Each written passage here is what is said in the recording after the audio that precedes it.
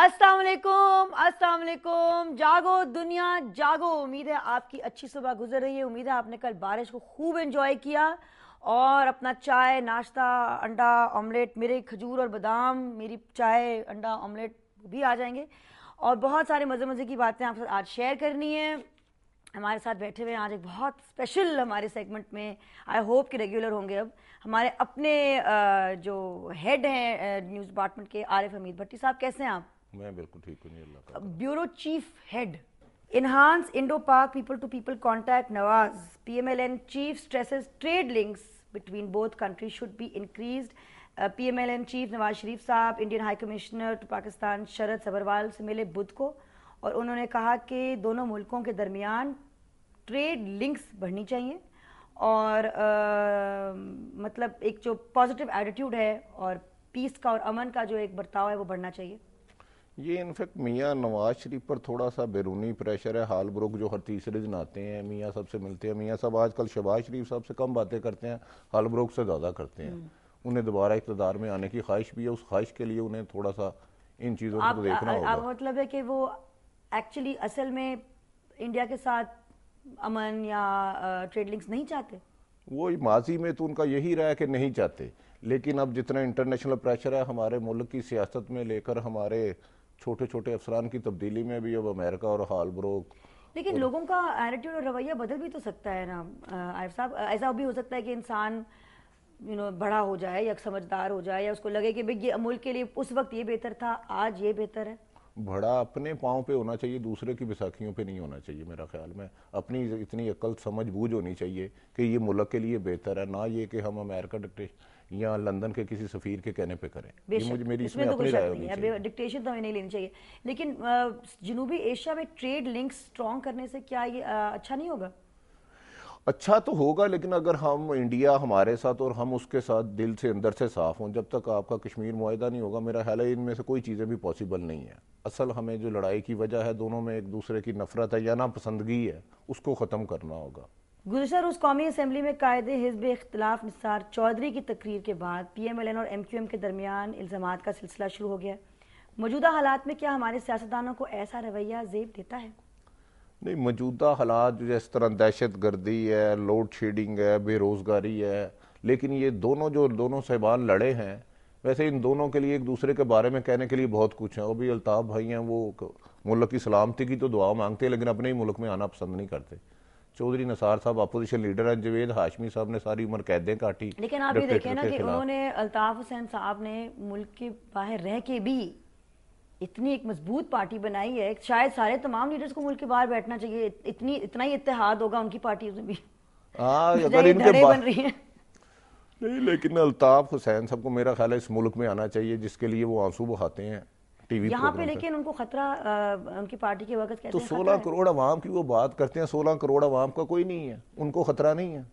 अगर ये अच्छा मुल्क से प्यार है, आपको अपनी औलाद से प्यार है, आप कहते हैं कौम की बच्चे मेरी औलाद है, तो अपनी औलाद को ही आपने खुद से दूर रखा। 16 करोड़ अवाम को तो एजेंसियों का डर नहीं है ना।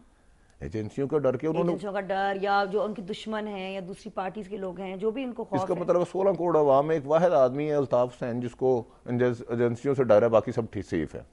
चीनी के बहरान पर पंजाब हाई कोर्ट ने अज खुद नोटिस लेते हुए कहा है हुकूमत शुगर मिल्स मालिकान से ब्लैकमेल ना हो, क्योंकि लातों के भूत बातों से नहीं मानते। उन्होंने ये भी कहा है कि अगर हुकूमत पंजाब को आटे और चीनी का भाव मालूम हो तो ये बहरान पैदा ना होता। नहीं देखें, बदकिस्मती ये है, ये काम हमारी हुकूमत को करने चाहिए। रमज़ानुल मुबारक आ रहा है, पूरी दुनिया में लोग अपनी चीज़ें कम करते हैं, लेकिन ये जो शुगर माफिया है, यकीनी बात है ये शुगर मिल्स आम शहरियों की नहीं है। इसमें जो हुक्मरान तबका है, जो बड़ी एलीट क्लास है, वही है।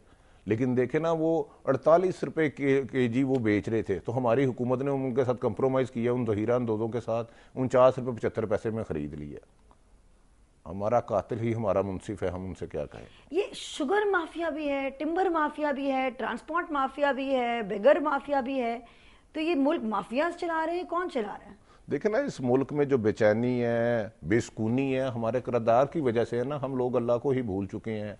हम लोग शॉर्टकट तरीके से अमीर बनने के ख्वाहिशवा हैं। 25 रुपये की उन्होंने किलो बेचनी थी, 50 रुपये बेच रहे हैं, 49 रुपये बेच रहे हैं। इस माफिया ने इस स्टेज पे ले दिया ना कि इस मुल्क में करोड़ों ऐसे लोग हैं जिन्हें 3 वक्त का खाना नहीं मिल रहा। जो बीमार हो जाए तो वो इलाज के बजाय मौत की दुआएं करते हैं। जिनका कोई फौत हो जाए तो वो कफन दफन के उनके पास पैसे ही नहीं है। तो क्रैकडाउन क्यों नहीं होता, अकाउंटेबिलिटी क्यों नहीं होती? अकाउंटेबिलिटी करेगा कौन? ये आसफ जरदारी साहब अल्हम्दुलिल्लाह या मियाँ बरादरान करेंगे। इन दोनों में से कौन करेगा? मुझे बता दे ना, इन दोनों में से करेगा कौन क्रैकडाउन? वही कर सकता है जो पहले खुद को अपने आप को एहतसाब के लिए पेश करे कि जी मैं आपके सामने हूं। तो हम लोग क्या बहैसियत मीडिया में होने के क्या हम लोग हाईलाइट करते हैं माफियाज को कि प्रेशर डालें ग्रुप्स के ऊपर के या अवाम को बाशऊर करें कि इनके ऊपर प्रेशर डाला जाए, ये माफियाज हैं, इनके खिलाफ हम आवाज उठाते हैं? ना दिया, हम तो हर मुमकिन आवाज उठाने की कोशिश करते हैं जितनी हमारी हैसियत है। लेकिन शुगर माफिया, टिम्बर माफिया, किसी माफिया के बारे में, बेगर माफिया तक के बारे में मैंने बहुत कम नादिया, ये हाई कोर्ट ने जो सो मोटो लिया है या फेडरल गवर्नमेंट ने एक्शन लिया, ये मीडिया की वजह से लिया है, वरना हुकूमत को ये बहुत पहले का पता था कि ये कीमत बढ़ रही है। हम लोग हर मुमकिन कोशिश करते हैं, लेकिन इस मुल्क को बचाने के लिए, इस मुल्क को सेफ रखने के लिए, हमारी आइंदा नस्ल को खुशी देने के लिए इस अवाम को जागना होगा, वरना मौजूदा हुक्मरान हमें ऐसे अंधेरे में ले जाएंगे जहां कुछ नहीं मिलेगा। एब्सोल्युटली। और हमारे साथ एक कॉल भी मौजूद है, उनकी कॉल भी सुनते हैं। अस्सलाम वालेकुम जी।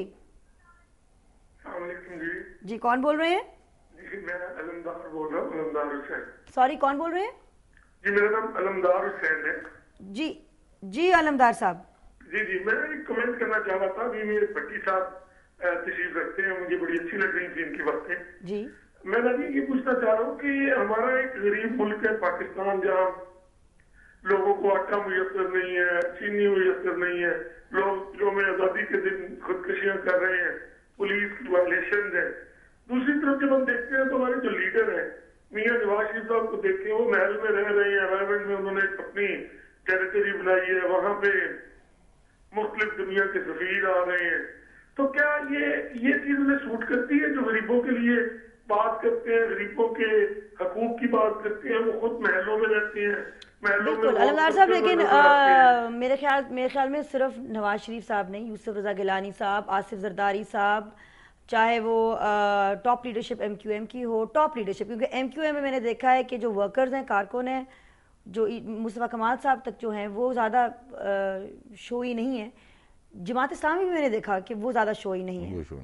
नादिया, इनफैक्ट जो हमारे हुक्मरान है ना, जो हमारी 95% कौम है जो कसम पुरसी की ज़िंदगी गुजार रही है, ये हमारे हुक्मरान होने ही नहीं चाहिए। इन्हें उन मसाइल का ही नहीं पता जिनसे हम गुजर रहे हैं। इन लोगों ने ना बेरोजगारी देखी होती है, ना लोड शेडिंग देखी है, ना इन्होंने भूख देखी है। इनकी तो बिल्ली बीमार हो जाए तो ये उसको बैरून मुल्क इलाज के लिए भेज देते हैं। इन बेचारों को क्या पता कि पाकिस्तान में इलाज की क्या सूरत हाल है, लॉ एंड ऑर्डर क्या है, चोरी डकैती क्या है। और सेगमेंट क्लोज हुआ चला, लेकिन मैं प्रॉमिस करती हूँ मैं होमवर्क करूंगी अपना। आरिफ हमीद भट्टी साहब, थैंक यू सो मच, आपने हमें जगाया, झंझोड़ के जगाया, और उम्मीद है आप जल्द ही हमारे साथ वापस आएंगे हमें जगाने के लिए। हमारे साथ ही रहिएगा, क्योंकि हमारा अगला सेगमेंट ब्रेक के बाद, हमारा फेवरेट सेगमेंट खास अवाम।